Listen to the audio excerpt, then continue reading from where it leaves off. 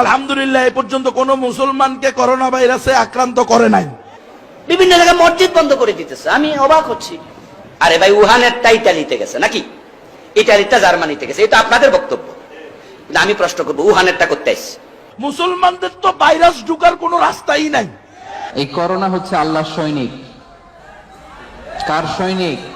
সামাজিক যোগাযোগ মাধ্যমে এভাবেই চলছে অপপ্রচার, তিলকে তাল বানানোর চেষ্টা। কোন বলা টলা সমাজ রোগ বলতে এটি কিচ্ছু না। এই করোনার মতো ভাইরাস, এটা কিন্তু কোনো জাতীয় ভাইরাস নয়, আন্তর্জাতিক। করোনা ভাইরাসের মাধ্যমে আল্লাহ চীনের নাস্তিকদেরকে মুসলমান বানাই দিতেছে।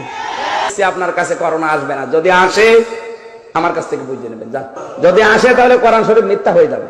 প্রত্যেকের জঙ্গি হওয়ার জন্য আমরা প্রস্তুত আছি, প্রস্তুত আছি।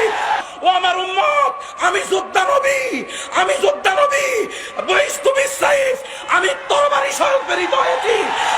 আর আমাদের দেশে এমন অবস্থা, এখনো মসজিদে যাওয়া অনেকে নিষেধ করছে। শুধু তাই নয়, গুজব প্রচারকারীদের টার্গেট সরকার প্রধান, সেনা প্রধান, আইডিসিআর, বিভিন্ন হাসপাতাল, ব্যক্তি ও প্রতিষ্ঠান।